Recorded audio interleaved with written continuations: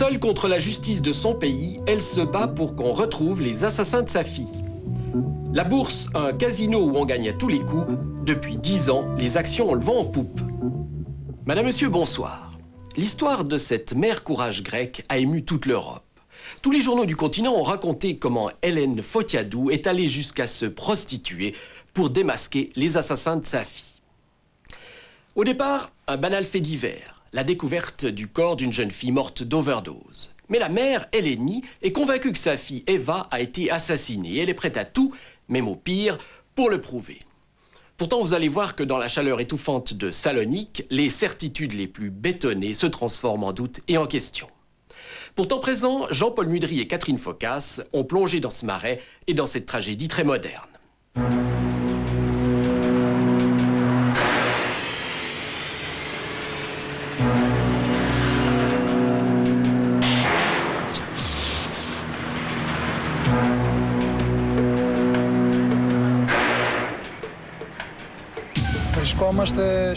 Nous nous trouvons à la rue Yanitson. À côté, il y a la rue Coletti, où Madame Fotiadou se prostituait afin de rechercher les meurtriers de sa fille.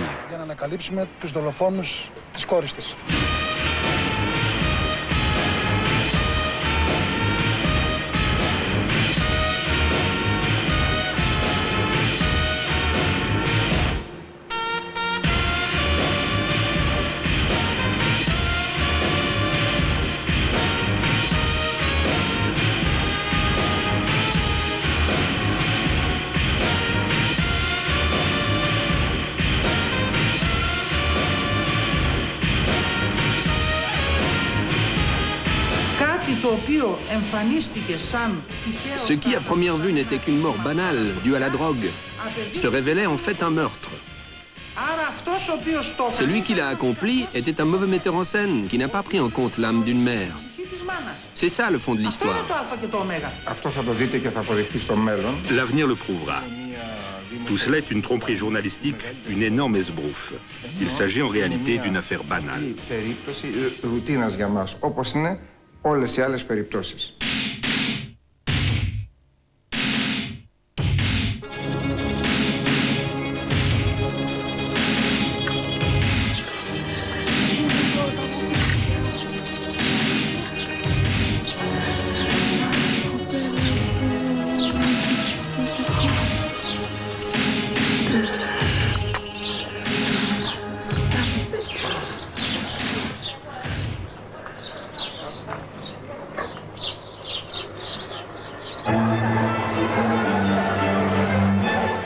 Salonique, la rue Dimitriou Gounari. C'est là qu'a disparu Eva Fotiadou le mercredi 10 juin 1998 vers 23 h.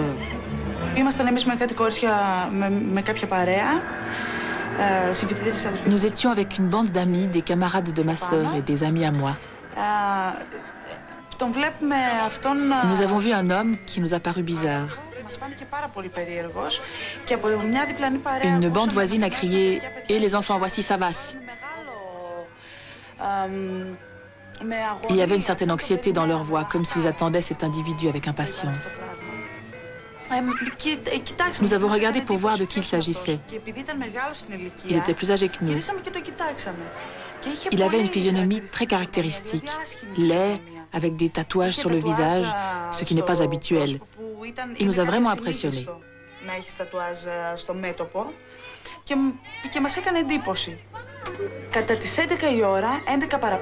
Vers 11 h, ma sœur me dit « Penny, je vais aller boire un verre d'eau à la crêperie, attends-moi. » Et moi je lui réponds « Où veux-tu que j'aille? Je t'attends ici, je ne pars pas. »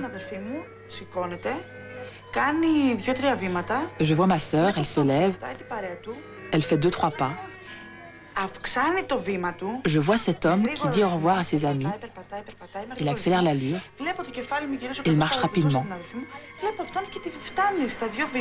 Je vois qu'il arrive à sa hauteur. Il essaie de l'approcher, réussit à la rejoindre. C'est la dernière fois que j'ai vu ma sœur.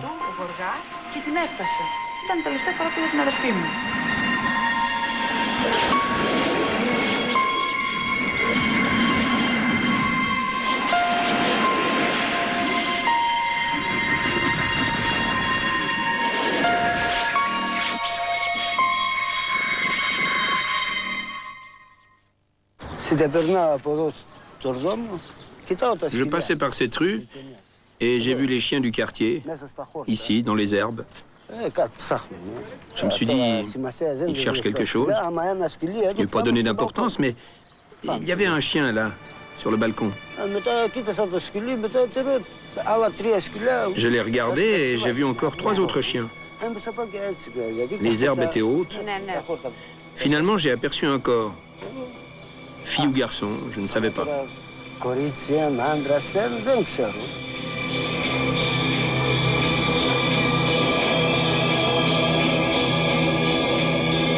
C'est le corps d'Eva.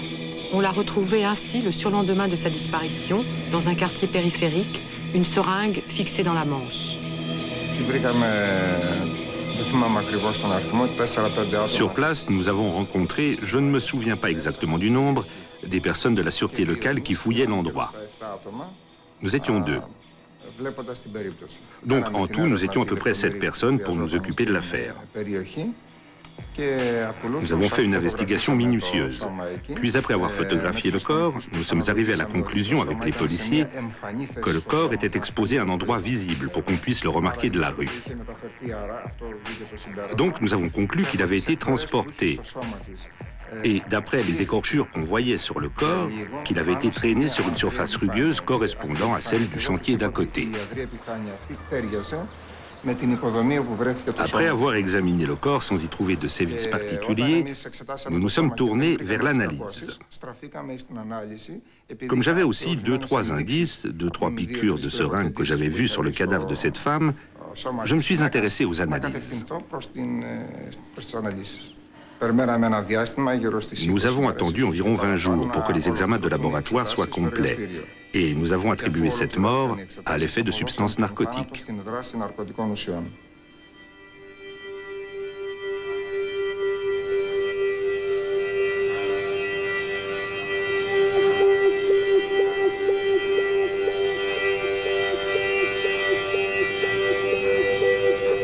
Durant 2 jours, sous la canicule ambiante qui frappe la ville, le corps d'Eva reste à l'Institut de médecine légale. Il est ensuite remis à sa mère Eleni pour l'inhumation. On m'a dit, le médecin légiste ne veut pas que tu ouvres le cercueil. Là, je suis devenue folle. J'ai dit quoi? Je ne vais pas ouvrir le cercueil? Je ne vais pas voir mon enfant une dernière fois? Quelle est cette histoire? J'empoigne le couvercle, je le jette. Et quand j'ai vu le visage de mon enfant, dans le cercueil, je ne reconnaissais plus ma fille. C'était un autre visage.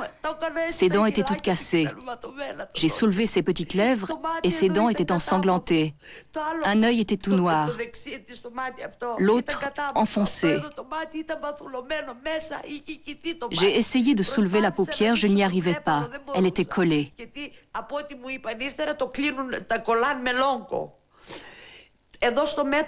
Sur le front, elle avait une bosse, comme si on l'avait frappée avec un instrument. Ça avait gonflé.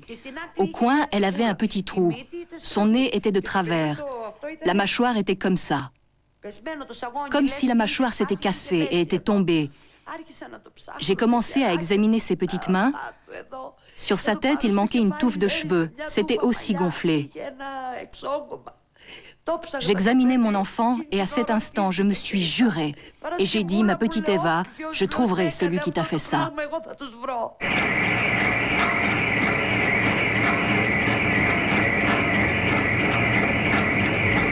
La version médico-légale de l'overdose ne convainc pas Eleni. Pour la police, cette histoire repose déjà au rayon des affaires classées. Je leur ai dit, écoutez, mon enfant, on me l'a tué. N'essayez pas de boucler ce dossier, sinon je vais faire un massacre. Si je savais que mon enfant prenait de la drogue, j'aurais dit, c'est son choix et c'est une voie sans issue. Mais du moment qu'elle n'en prenait pas, et si on lui en a injecté, c'était contre sa volonté.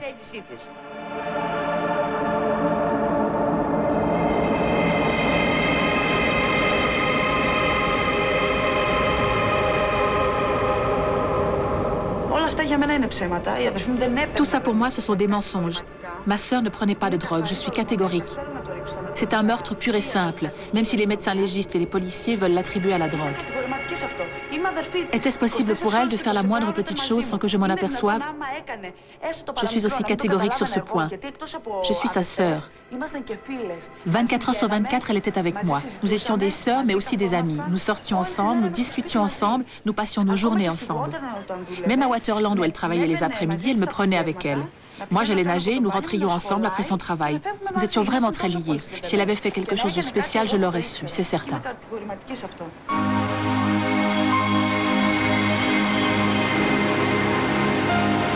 Malgré cette apparente harmonie familiale, Eleni sollicite plusieurs fois le commissariat de son quartier pour retrouver sa fille en fugue.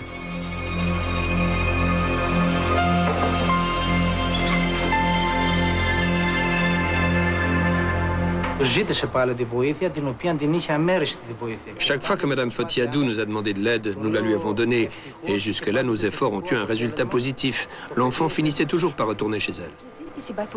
Et vous aviez de la sympathie pour Eva? C'était quel genre de fille? Eva était une fille de grande valeur. Elle était cultivée. C'était une fille qui présentait bien. Son seul défaut, c'était sa tendance à se faire des amis qui n'étaient pas de son niveau. Je veux dire que les personnes qu'elle choisissait étaient liées au milieu de la drogue, du vol, des actes illégaux. Est-ce que Eva était toxicomane? Pour parler de toxicomanie, moi qui l'ai très bien connue, je ne peux rien dire de tel. Je n'ai jamais fait de lien entre Eva et l'héroïne.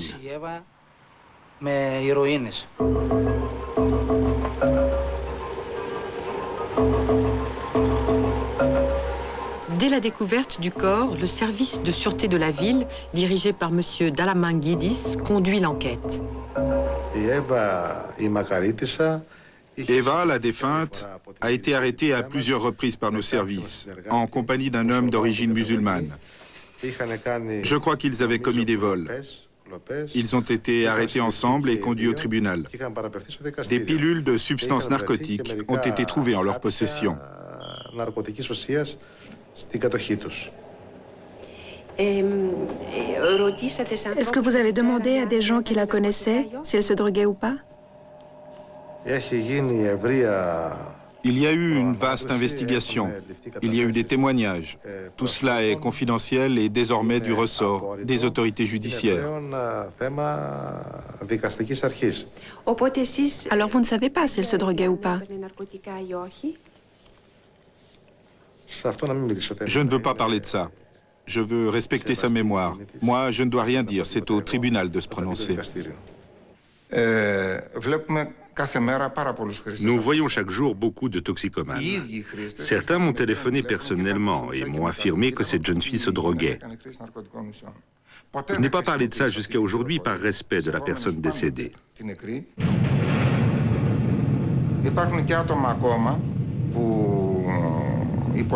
D'autres ont soutenu qu'ils l'avaient vu fréquenter le centre de désintoxication.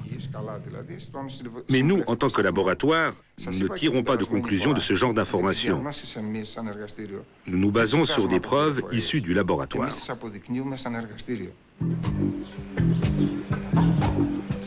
Retrouver Savas, l'homme au tatouage aperçu en compagnie de sa fille le soir fatidique, telle est l'obsession d'Eleni. Je devais trouver les meurtriers de ma fille, comme je l'avais juré.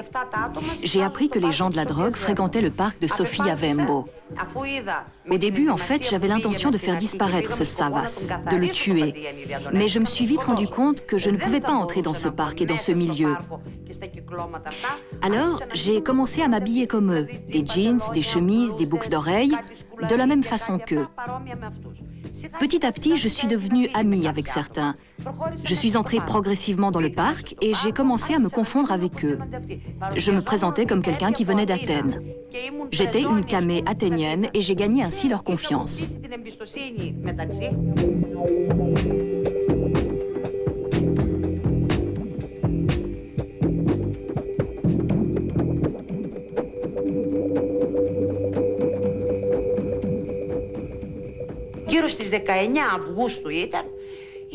Autour du 19 août, un après-midi, à la maison, le téléphone sonne.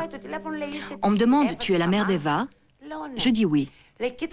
On me dit, écoute, en dehors de Savas, il y en a d'autres qui ont tué ta fille. J'ai demandé qui. L'homme me répond, une Assimée avec Tassim, son protecteur, et une Fitié qui est la sœur d'Assimée avec un nommé Angelidis qui a le sida. Je dis, qui sont ces gens? Je ne les connais pas. Il me dit, les deux filles sont des putains. Il l'a formulé comme ça. Je dis, où travaille-t-elle? Il me dit, là-bas, à l'OPAP. Je suis restée interloquée et je lui ai dit, et toi, qui es-tu? Je ne peux pas te le dire parce que si je te le dis, ils vont m'éliminer. Et il a raccroché. Là, j'ai commencé à devenir folle. Je me suis dit, il faut que je fasse quelque chose pour approcher ces gens.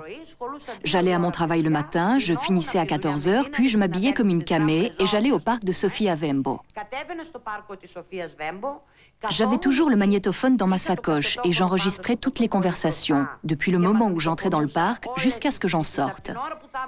Plus tard, j'ai commencé à demander si quelqu'un savait quelque chose à propos d'une certaine Eva. Alors, j'ai compris qu'au parc, tout le monde était dans le secret. Tout le monde savait qu'Eva avait été mangée. C'est le terme qu'ils utilisent là-bas. Eva avait été mangée par Savas et ses amis.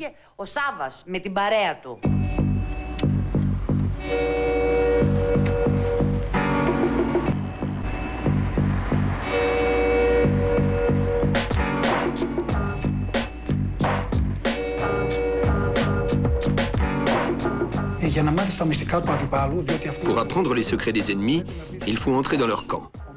Le seul moyen pour Eleni, c'était de jouer le rôle de la prostituée. Je lui ai dit, moi, la seule chose que je puisse vous offrir, c'est ma protection, avec un système spécial que vous me permettrez de ne pas vous dévoiler. J'écoutais toutes les conversations. Et lorsque je voyais qu'elle était en danger, et elle l'a été plusieurs fois, je suis intervenu. Et à ce moment-là, je la protégeais. Dépassée par les risques inhérents à sa propre enquête, Eleni fait appel à un détective privé. Désormais, un homme la suivra discrètement dans ses pérégrinations, enregistrera et filmera certaines de ses approches. De nuit, pour ne pas que les voisins me reconnaissent, je laissais mes cheveux en bas et je m'habillais de manière excentrique. Puis j'allais à l'angle de la rue Coletti et Janitsson. Je savais que les prostituées travaillaient là-bas.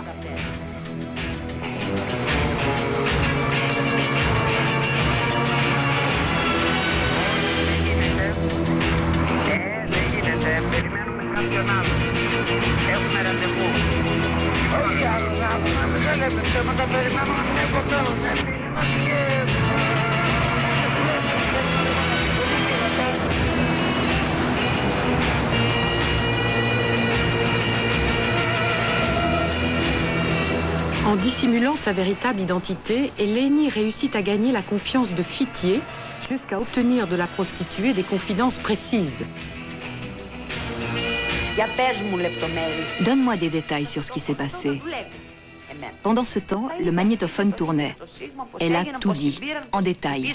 Comment ça s'est passé, comment ils l'ont prise, comment ils l'ont frappée, comment ils l'ont volée, comment ils l'ont violée, comment ils lui ont fait avaler de force des somnifères, comment ils l'ont torturée, comment ils l'ont tuée.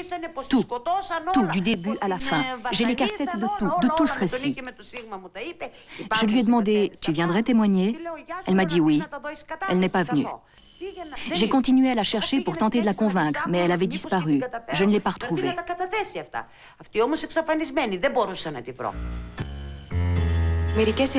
Certains journaux grecs et étrangers ont dit que vous aviez couché avec le meurtrier de votre fille et que vous aviez enregistré tout ce qu'il avait dit.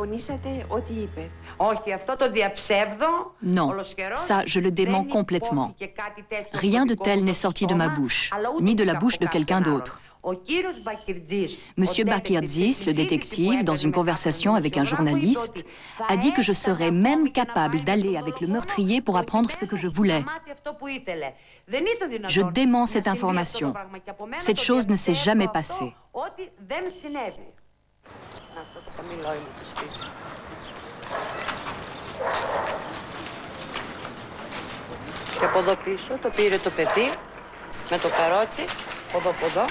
Το πήρε με το καρότσι και το πήγε εκεί που το βρήκαμε. Αυτό είναι το σπίτι του Σάβα. Το χαμηλό.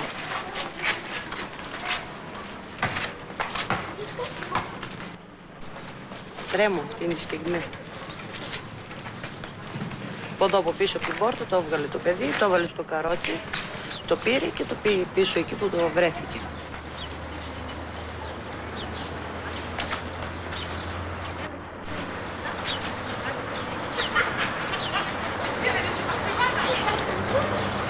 Πάμε.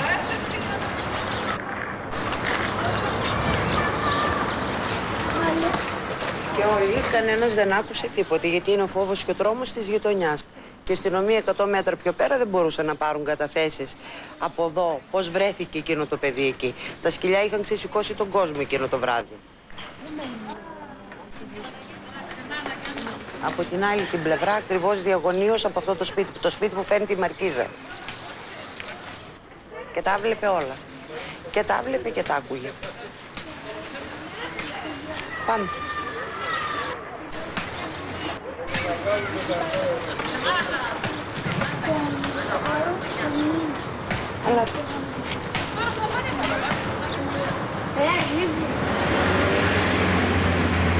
L'affaire Fotiadou atteint une ampleur médiatique considérable. Le combat d'Eleni est maintenant entre les mains de Nicolas Dialinas, pénaliste redouté.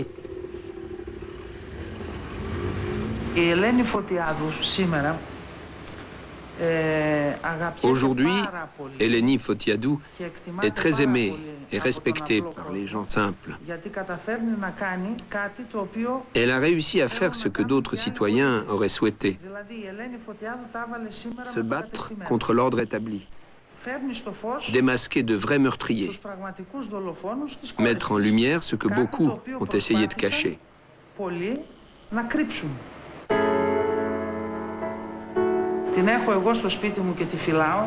Je prends soin d'elle. Elle habite dans ma maison avec ma famille. Aujourd'hui encore, après ces révélations effrayantes, la police ne la protège toujours pas. Elle la traîne dans la boue. La police cherche avant tout à savoir si, oui ou non, sa fille était une toxico, mais elle ne se préoccupe pas des assassins.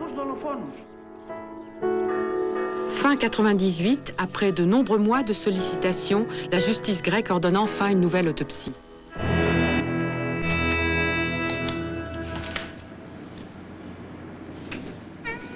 Un médecin légiste d'Athènes est mandaté par la famille.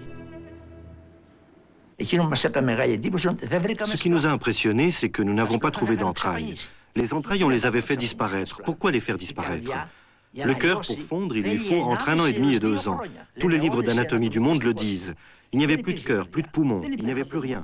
Parce que là, il y avait des traces de sévices et on les a fait disparaître. Qui?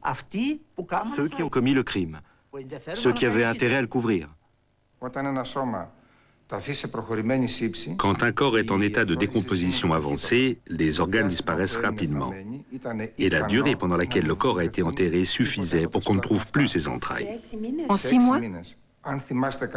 Si vous regardez la météo à cette époque, il faisait 40 degrés à Salonique. Tout fondait.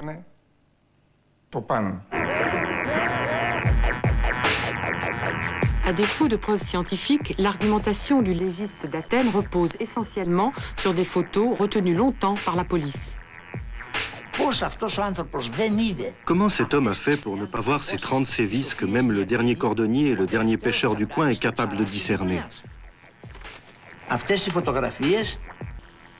Ces photos montrent les doigts gonflés, meurtris, la main cassée, le nez, les yeux, les paupières, le menton, la poitrine. Là, vous voyez les dents. Et ici, ces dents manquent. Alors que la jeune fille avait 20 ans. Là, elles sont tombées parce qu'elle a reçu des coups de poing et de bâton. Ensuite, ils l'ont brûlée avec une cigarette. Ici, il y a des brûlures de cigarettes, là encore.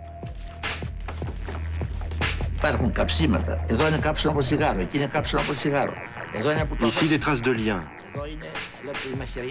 Là, on remarque la blessure faite par le coup de couteau au foie qui a provoqué une hémorragie interne et a conduit à la mort.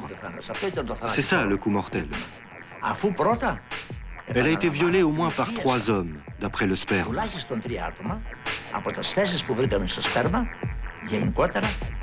Sa culotte est déchirée. Elle est en morceaux. Et ses habits sont en lambeaux. Son pantalon est piétiné et là, vous voyez des traces de sperme sur le pantalon. Nous avons affaire à un crime, à une monstruosité, à un crime tel que c'en est une honte pour la Grèce. Et malgré cela, les coupables ne sont pas encore inculpés. Ça ne va pas tarder avec ces photos. Elles sont les témoins muets de l'analyse médico-légale.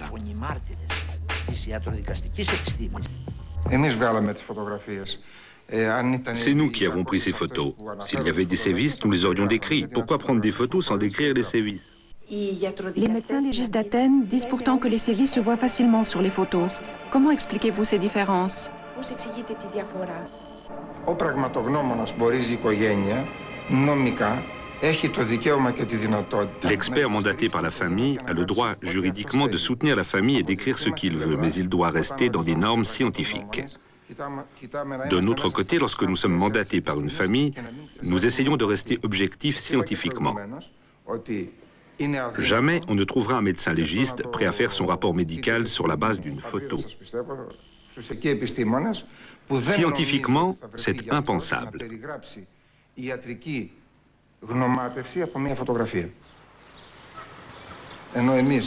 Nous étions si nombreux à voir le corps, non seulement police et médecins légistes, mais aussi tous les gens du quartier.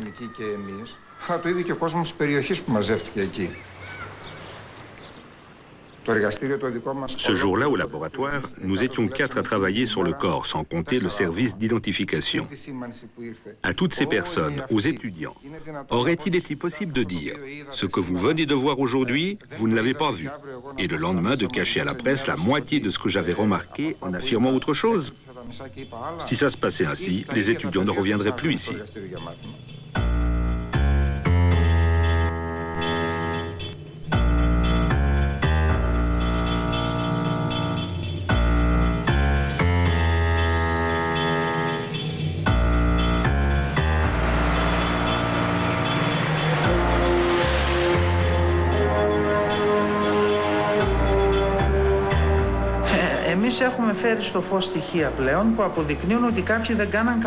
Nous avons porté au grand jour des éléments qui prouvent que certains n'ont pas bien fait leur travail. Et ceux qui n'ont pas bien fait leur travail sont des policiers qui se sont occupés du meurtre, ainsi que le médecin légiste. D'autres encore, ceux qui ont vu le corps d'Eva.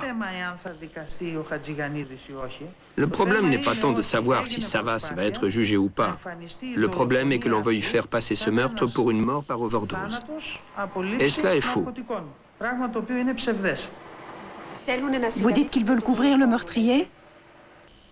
Oui. Et pour quelle raison?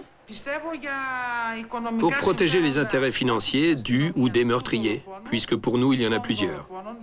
Nous les avons dénoncés, et je crois que ces intérêts financiers sont liés au trafic de drogue.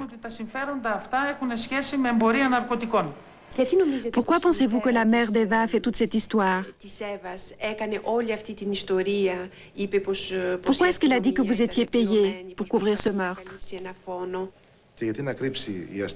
Pourquoi la police aurait-elle couvert un meurtre? Notre travail, c'est de trouver le coupable, surtout s'il y a une action criminelle. Mais si le médecin légiste déduit que la défunte était toxicomane et que sa mort est due à la drogue, que voulez-vous que la police conteste? Donc vous n'avez rien à cacher? Strictement rien. Cacher quoi? Par rapport à une personne inconnue. Pendant les premiers jours, nous ne connaissions même pas le nom de la victime. Pourquoi ne pas le dire à la police si c'était un coup de couteau? Et la police, pourquoi est-ce qu'elle ne le dirait pas?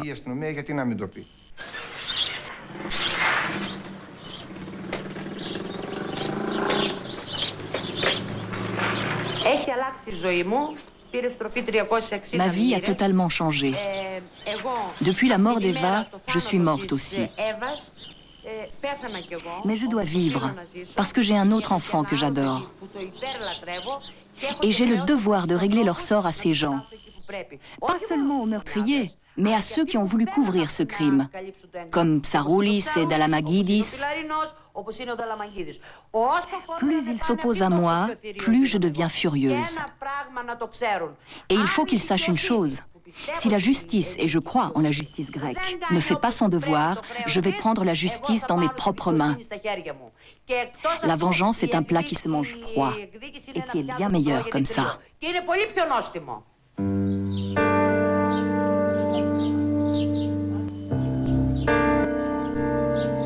Le 13 juillet 1999, le juge d'instruction a inculpé Savas et sa bande de meurtre intentionnel et en commun, viol collectif, brigandage en bande. La date du procès n'a pas encore été fixée.